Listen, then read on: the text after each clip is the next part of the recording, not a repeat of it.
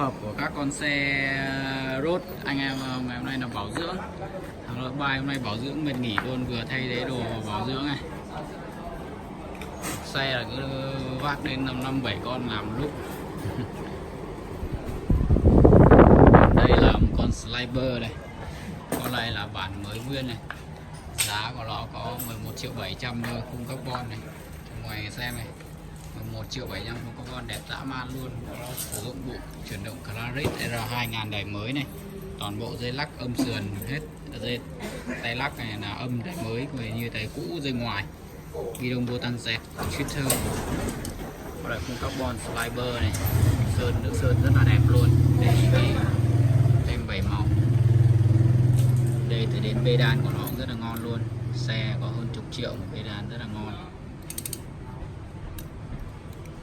Cho một thanh niên chuẩn bị đi thi Ironman. Đây là chủ nhân chuẩn bị đi thi Ironman.